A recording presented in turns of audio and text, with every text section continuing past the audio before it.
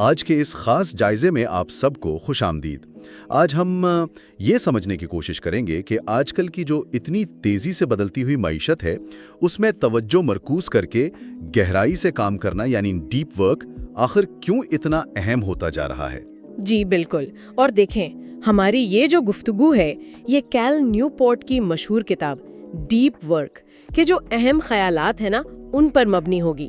ہمارا مقصد صرف یہ بتانا نہیں کہ گہرا کام کیا چیز ہے، بلکہ یہ سمجھنا ہے کہ بھائی اس کی ضرورت کیوں بڑھ رہی ہے، اور یہ صلاحیت یعنی گہرائی سے کام کرنے کی صلاحیت یہ افراد کو اس نئے معاشی دور میں آگے بڑھنے میں کیسے مدد دے سکتی ہے۔ صحیح کہا آپ نے، اور اس سفر میں ہم کچھ کامیاب لوگوں کا بھی ذکر کریں گے، جیسے ڈیٹا کے ماہر نیچ سلور ہیں، یا پھر وہ معروف پروگرامر ڈیوڈ ہائنمائر ہینسن، اور کامیاب سرمایہ کار جان ڈوئر بھی۔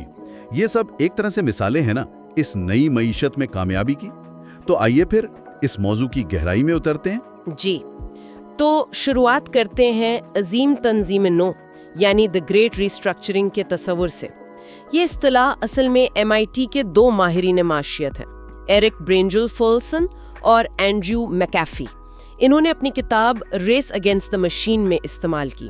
ان کا بنیادی نقطہ یہ ہے کہ یہ جو ڈیجیٹل ٹیکنالوجی اتنی تیزی سے آگے بڑھ رہی ہے یہ ہماری معیشت کو اور خاص طور پر لیبر مارکیٹ کو بالکل بنیادی طور پر بدل رہی ہے، مطلب ایسے طریقوں سے جن کا شاید ہم نے پہلے سوچا بھی نہیں تھا۔ اور یہ تبدیلیاں مطلب عملی طور پر کیسی نظر آ رہی ہیں؟ ایک عام کارکن کے لیے اس کا کیا مطلب ہے؟ دیکھیں اس کے کئی بڑے اثرات ہیں۔ ایک تو آٹومیشن یعنی خودکار نظاموں کا استعمال وہ بہت بڑا ہے، جس کی وجہ سے بہت سی جو روایتی نوکریاں تھیں خاص طور پر جن میں کم مہارت چاہیے تھی وہ یا تو خطرے میں ہیں یا ختم ہو رہی ہیں۔ دوسرا، یہ جو کمیونیکیشن ٹیکنالوجی اتنی بہتر ہو گئی ہے اس نے آؤٹ سورسنگ کو بہت آسان بنا دیا ہے۔ اب کمپنیاں صرف مقامی ماہرین تک محدود نہیں ہیں، وہ تو دنیا بھر سے بہترین ٹیلنٹ، بہترین ماہرین ان کی خدمات لے سکتی ہیں اور اکثر کم قیمت پر۔ تو نتیجہ یہ نکل رہا ہے کہ لیبر مارکیٹ نا وہ واضح طور پر دو حصوں میں بٹتی جا رہی ہے۔ ایک وہ لوگ جو ان تبدیلیوں سے فائدہ اٹھا رہے ہیں، کامیاب ہو رہے ہیں، اور دوسرے وہ جو پیچھے رہ گئے ہیں۔ تو اصل بات یہ ہوئی کہ ٹیکنالوجی صرف کام کرنے کے طریقے نہیں بدل رہی، بلکہ یہ بھی طے کر رہی ہے کہ مستقبل میں کون سی مہارتیں قیمتی ہوں گی اور کون سی نہیں۔ یہ تو واقعی ایک بڑی تبدیلی ہے۔ بالکل درست، بالکل۔ اور اسی حوالے سے برینجل فلسن اور میکافی کہتے ہیں کہ اس نئی معیشت میں جسے وہ ذہین مشینوں کا دور کہتے ہیں، اس میں 3 خاص قسم کے گروہ ہیں جو نہ صرف کامیاب ہوں گے بلکہ اس دور کے زیادہ تر فائدے بھی وہی سمیٹیں گے۔ اچھا، یہ تو جاننا دلچسپ ہوگا کہ وہ کون سے گروہ ہیں۔ جی، پہلا گروہ ہے اعلیٰ مہارت والے کارکن یعنی ہائی اسکلڈ ورکرز۔ یہ وہ لوگ ہیں جو جدید اور پیچیدہ ٹیکنالوجی، خاص طور پر یہ جو ذہین مشینیں ہیں ان کے ساتھ آرام سے اور آپ کہہ لیں تخلیقی انداز میں کام کر سکتے ہیں۔ نیل سلور اس کی ایک بہت اچھی مثال ہے۔ وہ کیا کرتے ہیں؟ وہ اعداد و شمار کے اتنے بڑے ذخیرے سے معنی خیز معلومات نکالنے کے لیے پیچیدہ سسٹمز اور الگوریدمز استعمال کرتے ہیں۔ یہاں بات واقعی دلچسپ ہو جاتی ہے، یعنی اب صرف کمپیوٹر چلانا جاننا کافی نہیں رہا، اب تو مطلب ڈیٹا سے معنی نکالنے والے خاص پیچیدہ ٹولز میں مہارت حاصل کرنی ہوگی۔ سوچیں کہ جیسے کوئی ماہر SQL سے یا اسٹیٹا سے معلومات نکالتا ہے یا اعداد و شمار کا گہرائی سے تجزیہ کرتا ہے، یہ کوئی سدائی مہارت تو نہیں ہے، یہ تو واقعی مشکل کام لگتا ہے۔ یقیناً یہ آسان نہیں ہے۔ ان جدید ٹولز اور سسٹمز کو سمجھنے اور مؤثر طریقے سے استعمال کرنے کے لیے گہری تکنیکی سمجھ بوجھ چاہیے اور مسلسل سیکھتے رہنے کی صلاحیت بھی درکار ہے۔ جیسا کہ برینجل فلسن اور میکافی نے نشاندہی کی ہے، بنیادی سوال اب یہ بن گیا ہے، کیا آپ ان ذہین مشینوں کے ساتھ مؤثر طریقے سے کام کر سکتے ہیں جن کی اہمیت بڑھتی جا رہی ہے، یا پھر آپ ان مشینوں سے مقابلے میں پیچھے رہ جائیں گے؟ یہ تو ہوئی اعلیٰ مہارت والوں کی بات۔ اچھا، دوسرا کون سا گروہ ہے جو اس نئی معیشت میں نمایاں ہو رہا ہے؟ دوسرا گروہ ہے سپر سٹارز۔ سپر سٹارز، یہ وہ لوگ ہیں جو اپنے متعلقہ شعبے میں دنیا کے بہترین ماہرین میں شمار ہوتے ہیں، اور ٹیکنالوجی، خاص طور پر انٹرنیٹ اور کمیونیکیشنز کی وجہ سے ان کی مہارت اور خدمات اب پوری دنیا میں دستیاب ہیں۔ جیسے ڈیوڈ ہائنمائر ہینسن، جنہوں نے وہ مشہور روبی آن ریلز فریم ورک بنایا تھا ویب ڈیولپمنٹ کے لیے، وہ اس کی ایک مثال ہے۔ آج اگر کسی کمپنی کو کسی خاص کام کے لیے ماہر چاہیے تو وہ مقامی طور پر جو اوسط درجے کا ماہر ملے گا نا، اس کی بجائے وہ دنیا کے بہترین ماہر کی خدمات لینا چاہے گی، چاہے وہ ماہر کہیں بھی بیٹھا ہو۔ یہ تو مجھے ونر ٹیک آل مارکیٹ کی یاد دلا رہا ہے، یعنی جیتنے والا سب کچھ لے جاتا ہے، جہاں چند بہترین لوگ ہی زیادہ تر کامیابی سمیٹ لیتے ہیں۔ آپ نے بالکل صحیح پہچانا۔ ماہر معیشت شیرن روزن نے 1981 میں اس پر تفصیل سے لکھا تھا۔ ان کا ایک اہم نقطہ تھا ٹیلنٹ کا نامکمل متبادل، امپرفیکٹ سبسٹیٹیوشن، یعنی آپ کئی اوسط درجے کے پروگرامرز کو ملا کر ایک غیر معمولی پروگرامر کا متبادل نہیں بنا سکتے، ہے نا؟ یا بہت سے عام گلوکاروں سے ایک عالمی شہرت یافتہ گلوکار کا مقابلہ نہیں کروا سکتے۔ تو جب ٹیکنالوجی سب کو بہترین تک رسائی دیتی ہے تو جو شخص اپنے شعبے میں بالکل ٹاپ پر ہوتا ہے وہی مارکیٹ کا بڑا حصہ جیت لیتا ہے، چاہے اس کا ٹیلنٹ دوسرے نمبر والے سے بس تھوڑا سا ہی بہتر کیوں نہ ہو۔ اور آج یہ اثر صرف فنکاروں یا کھلاڑیوں تک محدود نہیں رہا، بلکہ پروگرامنگ، کنسلٹنگ، ڈیزائننگ، تحریر اور بہت سے دوسرے علمی شعبوں میں بھی تیزی سے نظر آ رہا ہے۔ ٹھیک ہے، اور تیسرا گروپ کون سا ہے؟ تیسرا گروہ ہے مالکان، یعنی اونرز۔ یہ وہ لوگ ہیں جن کے پاس سرمایہ ہے اور وہ اسے نئی ٹیکنالوجیز اور ذہین مشینوں میں لگانے کی پوزیشن میں ہیں، جیسے وینچر کیپٹلسٹ جان ڈوئے ہیں۔ یہ نیا دور سرمایہ کے مالکان کے لیے خاص طور پر بہت منافع بخش ثابت ہو رہا ہے۔ جیسا کہ برنج ویلسن اور میکافی وضاحت کرتے ہیں، ڈیجیٹل ٹیکنالوجی بہت سی صنعتوں میں انسانی محنت پر انحصار کم کر رہی ہے۔ اس کا مطلب یہ ہے کہ پیداوار سے جو منافع حاصل ہوتا ہے نا، اس کا بڑا حصہ اب محنت کشوں کی بجائے ان لوگوں کو جا رہا ہے جو ان پیداواری اساسوں یعنی ٹیکنالوجی اور مشینوں کے مالک ہیں۔ انسٹاگرام کی مثال بہت واضح ہے۔ ایک کمپنی جو صرف 13 ملازمین پر مشتمل تھی، $1 ارب میں فروخت ہوئی۔ تاریخ میں شاید ہی کبھی ایسا ہوا ہو کہ اتنے کم انسانی سرمایہ سے اتنی زیادہ معاشی قدر پیدا کی گئی ہو۔ یہ تینوں گروہ واقعی اس نئی معیشت کی تصویر پیش کرتے ہیں۔ اچھا، مالک بننا تو شاید ہر کسی کے بس کی بات نہ ہو، سرمایہ چاہیے ہوتا ہے، لیکن آپ کی کہنے کا مطلب ہے کہ پہلے دو راستے، یعنی اعلیٰ مہارت والا کارکن بننا یا اپنے شعبے کا سپر سٹار بننا، یہ زیادہ لوگوں کے لیے ممکن ہے۔ سوال یہ پیدا ہوتا ہے کہ ان دو گروہوں میں شامل ہونے کے لیے کیا کرنا ہوگا، کون سی صلاحیتیں چاہیے؟ دیکھیں، اسی سوال کا جواب ہی اصل میں غیر کام کی اہمیت کو واضح کرتا ہے۔ ان دونوں گروہوں میں کامیابی کے لیے دو بنیادی صلاحیتیں، کور ایبلٹیز، انتہائی اہم ہیں۔ پہلی، مشکل چیزوں پر تیزی سے مہارت حاصل کرنے کی صلاحیت، اور دوسری، اعلیٰ سطح پر پیداوار کرنے کی صلاحیت، یعنی نہ صرف معیاری کام کرنا بلکہ اسے تیزی سے بھی کرنا۔ تو ان صلاحیتوں کا براہ راست تعلق ان کامیاب گروہوں سے کیسے بنتا ہے؟ یہ کیسے یقینی بناتی ہیں کہ کوئی اس نئی معیشت میں ترقی کرے؟ سے مسلسل نئی اور پیچیدہ ٹیکنالوجی سیکھنی ہوں گی، لازمی بات ہے، کیونکہ ٹیکنالوجی تیزی سے بدل رہی ہے۔ اگر کوئی اپنے شعبے کا سپر سٹار بننا چاہتا ہے تو اسے نہ صرف اپنے شعبے کی جو بالکل جدید ترین معلومات اور مہارتیں ہیں ان پر مکمل عبور حاصل کرنا ہوگا، بلکہ اس مہارت کو ایسے ٹھوس نتائج میں بھی بدلنا ہوگا جن کی مارکیٹ میں قدر ہو، لوگ مانیں کہ ہاں بھائی کام کیا ہے۔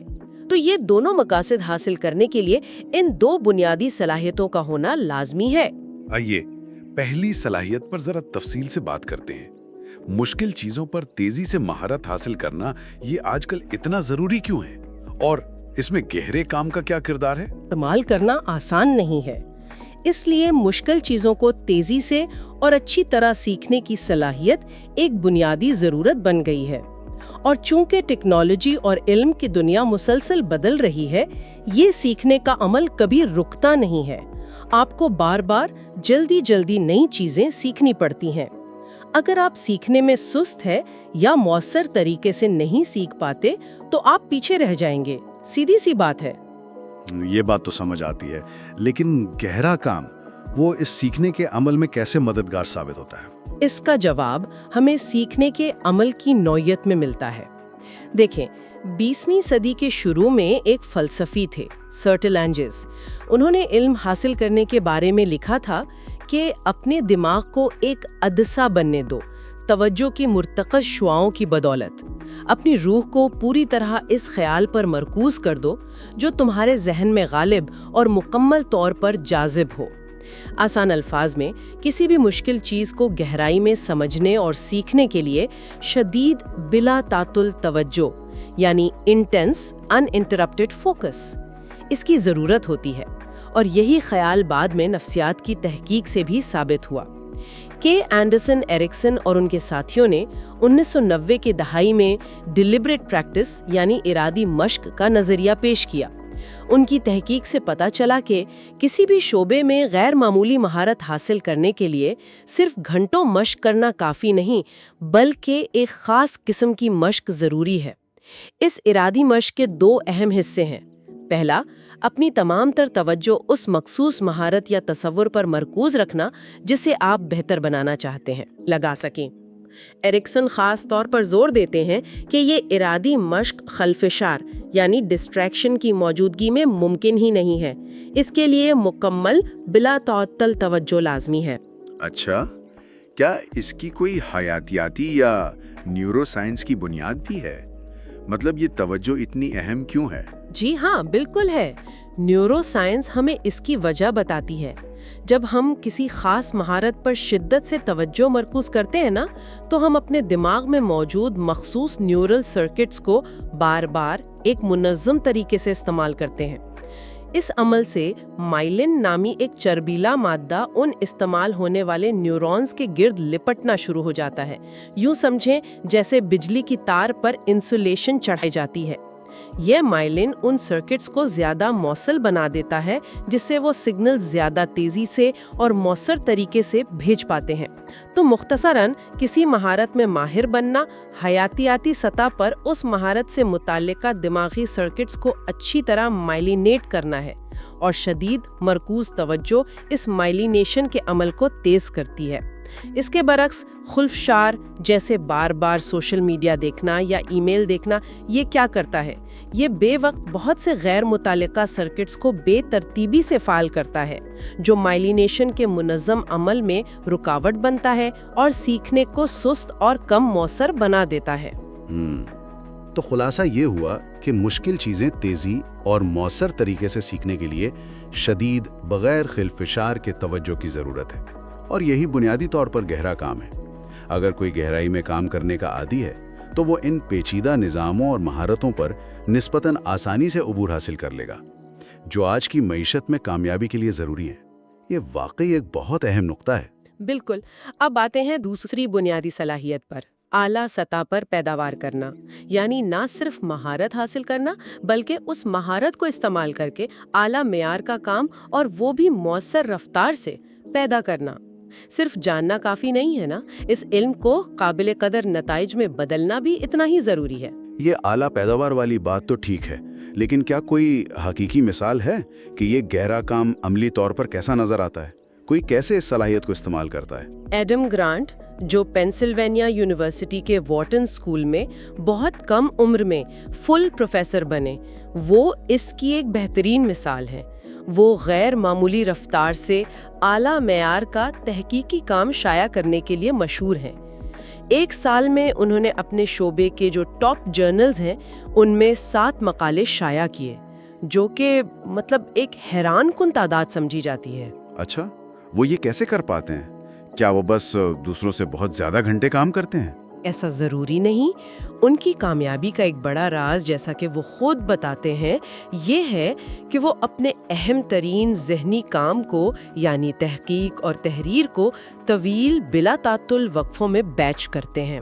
مثال کے طور پر وہ اپنی تمام تر تدریسی ذمہ داریاں سال کے ایک حصے یعنی خزاں کے سیمسٹر میں پوری کر لیتے ہیں، تاکہ باقی سال یعنی بہار اور گرمیاں وہ مکمل طور پر تحقیق پر توجہ مرکوز کر سکیں، اور تحقیقی کام کے دوران دوران بھی وہ اکثر مخصوص کاموں کے لیے، جیسے کسی مقالے کا مسودہ لکھنا ہے یا پیچیدہ ڈیٹا کا تجزیہ کرنا ہے، اس کے لیے کئی دن یا ہفتے خود کو مکمل طور پر الگ تھلگ کر لیتے ہیں۔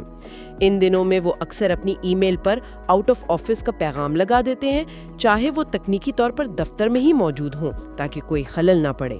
اس طرح الگ تھلگ ہو کر لمبے وقفوں تک کام کرنے سے کیا خاص فرق پڑتا ہے؟ اس سے وہ ایک بنیادی پیداواری فارمولے کا بھرپور فائدہ اٹھاتے ہیں۔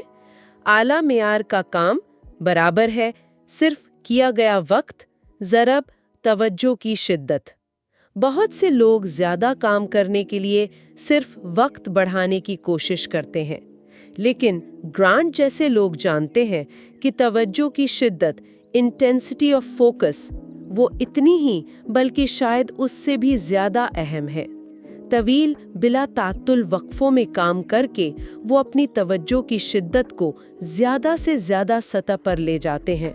اس کا نتیجہ یہ نکلتا ہے کہ وہ نسبتاً کم وقت میں بھی بہت زیادہ معیاری کام پیدا کر پاتے ہیں۔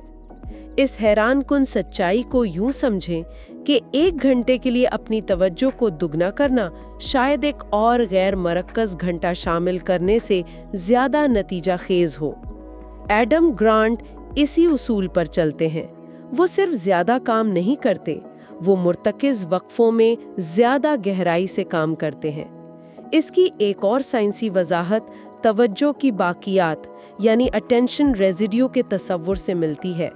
یہ تصور پروفیسر سوفی لیروئے نے اپنی تحقیق میں پیش کیا۔ ان کی تحقیق بتاتی ہے کہ جب ہم ایک کام فرض کریں ٹاسک اے سے توجہ ہٹا کر دوسرے کام ٹاسک بی پر جاتے ہیں تو ہماری توجہ فوراً مکمل طور پر منتقل نہیں ہوتی۔ ہمارے ذہن کا کچھ حصہ اب بھی پچھلے کام یعنی ٹاسک اے کے بارے میں سوچتا رہتا ہے۔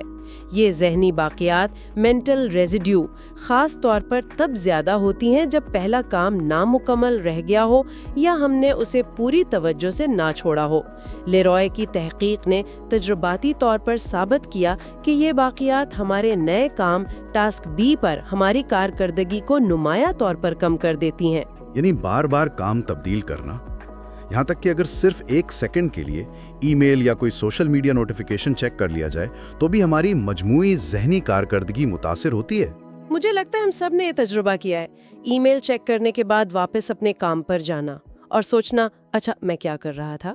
بالکل، وہ جو ایک فوری نظر ڈالنا ہوتا ہے نا، وہ بھی آپ کی توجہ کے لیے ایک نیا ہدف متعارف کروا دیتا ہے۔ اور اکثر جب آپ ایسی ای میلز یا پیغامات دیکھتے ہیں جن کا جواب آپ فوری طور پر نہیں دے سکتے تو آپ نامکمل کاموں کے ایک ذہنی بوجھ کے ساتھ واپس اپنے اصل کام پر آتے ہیں۔ اس سے یہ ذہنی باقیات اور بھی بڑھ جاتی ہیں اور آپ کی توجہ مزید بکھر جاتی ہے۔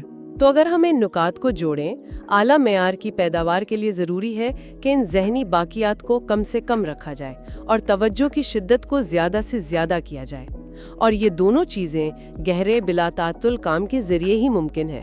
یعنی نہ صرف مشکل چیزیں سیکھنے کے لیے بلکہ اعلیٰ معیار کا کام پیدا کرنے کے لیے بھی گہرا کام ناگزیر ہے۔ یہی کلیدی نقطہ ہے۔ گہرا کام ان دونوں بنیادی صلاحیتوں کی بنیاد ہے جو نئی معیشت میں کامیابی کے لیے ضروری ہیں۔ لیکن یہاں ایک الجھن پیدا ہوتی ہے۔ ہم اکثر دیکھتے ہیں کہ بہت سے کامیاب لوگ، خاص طور پر بڑی کمپنیوں کے جو اعلیٰ عہدیداران ہوتے ہیں، جیسے ٹویٹر اور اسکوائر کے بانی جیک ڈورسی، ان کا کام کرنے کا انداز بہت منتشر یعنی ڈسٹریکٹڈ لگتا ہے۔ ان کا دن تو لگتا ہے میٹنگز، فوری پیغامات اور لمحہ بلمحہ بدلتی صورتحال پر رد عمل دینے میں گزرتا ہے۔ ان کے پاس گہرے کام کے لیے وقت کہاں ہوتا ہے؟ کیا یہ نظریہ ان پر لاگو نہیں ہوتا؟ یہ ایک بہت اہم اور بالکل جائز سوال ہے۔ اس کا جواب ان کے مخصوص کردار، رول کی نوعیت میں پوشیدہ ہے۔ جیک ڈورسی جیسے جو اعلیٰ سطحی ایگزیکٹوز ہوتے ہیں نا، ان کا بنیادی کام اکثر ایک فیصلہ ساز مشین یعنی ڈیسیژن انجن کا ہوتا ہے۔ ان کا کردار یہ ہے کہ وہ دن بھر مختلف ذرائع، میٹنگز، ای میلز، رپورٹس، مختصر بات چیت سے معلومات اکٹھی کریں، انہیں اپنے وسیع تجربے اور کمپنی کے مجموعی تناظر میں پرکھیں اور پھر تیزی سے فیصلے کریں۔ ان سے یہ توقع رکھنا کہ وہ گھنٹوں کسی ایک مسئلے پر گہرائی سے سوچ بچار کریں، شاید ان کی اصل قدر کو ضائع کرنے کے مترادف ہو۔ ان کے لیے زیادہ مؤثر یہ ہوتا ہے کہ وہ اپنے ماتحت جو ذہین افراد ہیں ان کو گہرائی سے سوچنے اور تجزیہ کرنے کا کام سونپیں اور پھر ان کے پیش کردہ نتائج کی بنیاد پر حتمی فیصلے کریں۔ تو ان کے لیے یہ جو بظاہر خلفشار ہے، یہ دراصل ان کے کام کا لازمی حصہ ہے، یعنی معلومات کا مسلسل بہاؤ جس پر انہیں رد عمل دینا ہے۔ تو آپ کہہ رہی ہیں کہ ان کا منتشر انداز کار ان کے خاص کردار کی ضرورت ہے اور اسے عام اصول کے طور پر نہیں دیکھنا چاہیے؟ بالکل، یہ ان کے کردار کے لیے موضوع ہو سکتا ہے، لیکن زیادہ تر جو علمی کارکن ہیں، نالج ورکرز، ان کے لیے یہ ماڈل نقصان دہ ہوگا۔ صرف اس لیے کہ ایک سی ای او مسلسل ای میل چیک کرتا ہے، اس کا مطلب یہ نہیں کہ ایک سافٹ ویئر انجینئر یا مصنف یا مارکیٹنگ اسٹریٹجسٹ کو بھی ایسا ہی کرنا چاہیے۔ در حقیقت ایسی مثالیں موجود ہیں جہاں خلفشار کم کرنے سے کارکردگی بہتر ہوئی۔ مثال کے طور پر بوسٹن کنسلٹنگ گروپ کی ایک تحقیق میں جن مینجمنٹ کنسلٹنٹس کو ہفتے میں ایک شام مکمل طور پر ای میل سے دور رہنے کی ہدایت کی گئی، ان کے نہ صرف کام سے اطمینان کی سطح بہتر ہوئی بلکہ ان کی ٹیموں کی کارکردگی بھی بڑھی۔ اسی طرح سافٹ ویئر ڈیولپمنٹ میں اسکرم جیسے طریقے استعمال کیے جاتے ہیں تاکہ پروگرامرز کو بار بار کی بے ترتیب مداخلتوں سے بچا کر منظم میٹنگز اور کام کے لیے مخصوص اسپرنٹ فراہم کیے جائیں، جس سے انہیں گہرائی سے کام کرنے کا موقع ملتا ہے۔ یعنی جب تک کسی کے مخصوص کردار کے لیے ٹھوس شواہد موجود نہ ہوں کہ بھئی مسلسل رابطہ اور خلفشار اس کے کام کا لازمی حصہ ہے، زیادہ تر لوگوں کے لیے گہرا کام ہی کامیابی کا بہتر اور زیادہ مؤثر راستہ ہے۔ صحیح کہا۔ اور یہاں ایک اہم سوال پیدا ہوتا ہے جس پر ہر فرد کو غور کرنا چاہیے کہ کوئی اپنے کام کی حقیقی ضروریات کا صحیح اندازہ کیسے لگائے، کیسے طے کرے کہ اس کے مخصوص کردار اور مقاصد کے لیے گہرائی سے کام کرنا کس حد تک ممکن ہے، ضروری ہے اور فائدہ مند ہے۔ تو آئیے آج کی اس ساری گفتگو کا نچوڑ بیان کرتے ہیں۔ بنیادی دلیل یہ سامنے آئی ہے کہ جدید معاشرت ان افراد کو تیزی سے نواز رہی ہے جو دو کام کر سکتے ہیں۔ اول، پیچیدہ چیزیں تیزی سے سیکھنا، اور دویم، اعلیٰ معیار کا کام مؤثر طریقے سے اور تیزی سے پیدا کرنا۔ اور ہم نے یہ بھی دیکھا کہ یہ دونوں صلاحیتیں ایک تیسری بنیادی صلاحیت پر بہت زیادہ انحصار کرتی ہیں، یعنی گہرائی سے پوری توجہ کے ساتھ بغیر خلفشار کے کام کرنے کی صلاحیت، جسے ہم ڈیپ ورک کہہ رہے ہیں۔ بالکل، اگرچہ یہ کامیابی کا واحد راستہ نہیں ہو سکتا، لیکن ذہین مشینوں کے بڑھتے ہوئے کردار اور یہ جو عالمی گیر ٹیلنٹ مارکیٹس ہیں نا، ان کے اس دور میں گہرائی سے کام کرنے کی صلاحیت ایک بنیادی، تقریباً ناگزیر مہارت بنتی جا رہی ہے۔ اگر ہم اسے بڑے منظرنامے سے جوڑیں تو یہ کہنا غلط نہ ہوگا کہ وہ عظیم تنظیم نو جس کا ہم نے شروع میں ذکر کیا تھا، اس کے چیلنجز اور مواقع سے مؤثر طریقے سے نمٹنے کے لیے گہرا کام ایک کلیدی حیثیت رکھتا ہے۔ آج کی گفتگو کی روشنی میں ہم اپنے سامعین کے لیے ایک حتمی غور و طلب سوال چھوڑنا چاہیں گے، ایک ایسا سوال جس کا جواب شاید ابھی پوری طرح واضح نہیں ہے۔ موجودہ دور میں جہاں مصنوعی ذہانت AI مسلسل زیادہ سے زیادہ ذہین اور قابل ہوتی جا رہی ہے، کیا گہرا کام کرنے کی انسانی صلاحیت، یعنی پیچیدہ مسائل پر طویل عرصہ تک توجہ مرکوز رکھنے، تخلیقی سوچ بچار کرنے اور منفرد بصیرت پیدا کرنے کی اہلیت، کیا یہ وہ سب سے اہم امتیازی عنصر بن جائے گا جو انسانوں کو مشینوں سے ممتاز کرے گا؟